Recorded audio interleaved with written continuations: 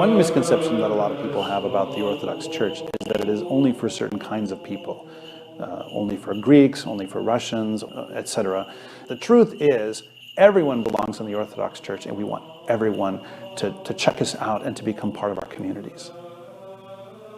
We have a lot of things in common with Roman Catholicism, but there are some big differences between the way that the Orthodox and Roman Catholics view church authority, the way that we view salvation, the way that we understand what happens to us after we die.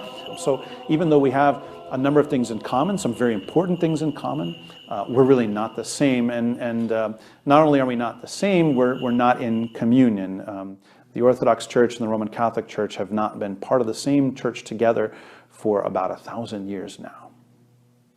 The word idolatry, literally it means the service of phantoms, or the service of something that is fake, something phony.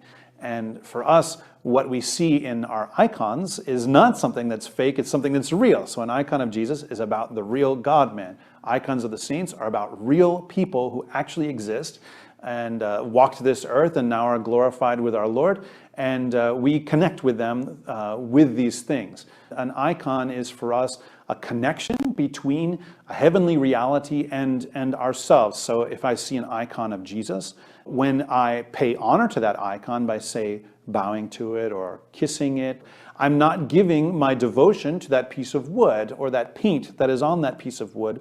I am giving my devotion, my love, to Jesus Christ. One thing some people will say about the Orthodox is that we think that we earn our way to heaven. That's not what we believe at all. We believe that the only reason why any of us can be saved is because of God's mercy, which we do not deserve. There's nothing we can do to deserve God's mercy. There's nothing we can do to earn it. Rather, what happens is God gives His grace fully, completely to all of mankind, and then we can choose to cooperate with it or not to cooperate with it. So for instance, if you want to get a suntan, then the sun, which is shining on the whole world, you need to go out and stand in the sun and experience the sun so you can get that suntan. But if you stay inside, you're not going to get the suntan. You're not earning the suntan by going out there, but you have to be in the sun if you want to experience the benefits of the sun. It's God who does the work, but we have to open ourselves up to let Him do it. Sometimes when people will say this about religion that is liturgical, that in other words that's focused on ritual prayer, they won't examine the rituals in their own lives. For instance, most Americans have various rituals that we do all the time. We have a ritual for graduation from high school or college. We go through a ritual when we want to inaugurate a new leader, like a president and so forth. We might shake someone's hand when we meet them. We all have rituals, which we always use to define something really important for us.